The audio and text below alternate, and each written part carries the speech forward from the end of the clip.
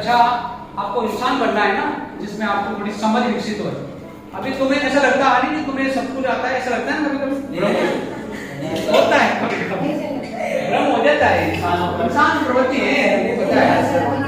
तो ये जो भ्रम है ना, इसको आप इस भ्रम ज्ञान से निकलकर जब आप पूरी तरह से कंप्लीट कर लोगे बीए 3 साल तक रेगुलर पढ़कर, तो आप में अक्ल दाढ़ आ जाएगी।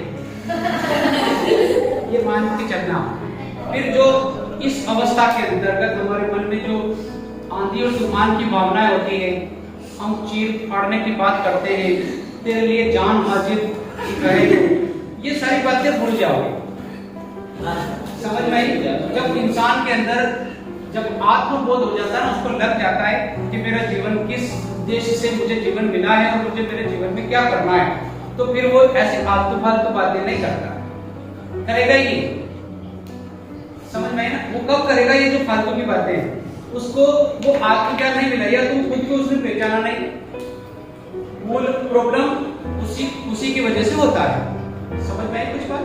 तो जब तुम बीए कंप्लीट करोगे ना, तो बीए में इतने बढ़िया बढ़िया मार्क्सवाद के सिद्धांत थे, लेनिन के सिद्धांत थे, अरस्तु के सिद्धांत थे, प्लेटो के सिद्धांत थे। इनके जब सिद्धांतों को पढ़ोगे ना, तो आपको पता चलेगा यार दुनिया वास्तव में ऐसी है, और इन्होंने साबित करके बता रखा उसको दुनिया को। उन्होंने अलग अलग देशों की संस्कृति, लोगों के द्वारा जो आंदोलन किए गए, कब कब किए गए, क्यों किए गए, उन सबको बताया गया है।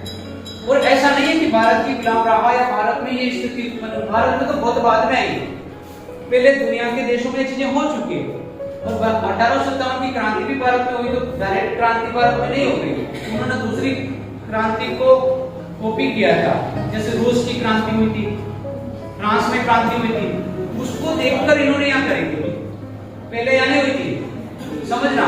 तो इन्होंने तो जो ये जो स्कूली या कॉलेजी जो छात्र होते हैं, इनके प्रोफेसर हाई लेवल के होते हैं, वो समझा देते हैं। इन्होंने मार्क्सवाद के सिद्धांत को पढ़ा, कार्ल मार्क्स के सिद्धांत को पढ़ा, तो इन्होंने सिद्धांत में इन चीजों को बता रखा है कि सरकार कैसे होनी चाहिए, सरकार के क्या क्या कर्तव्य होने चाहिए, अगर सरकार ये काम नहीं करती तो इनके खिलाफ ये किए जा सकते हैं।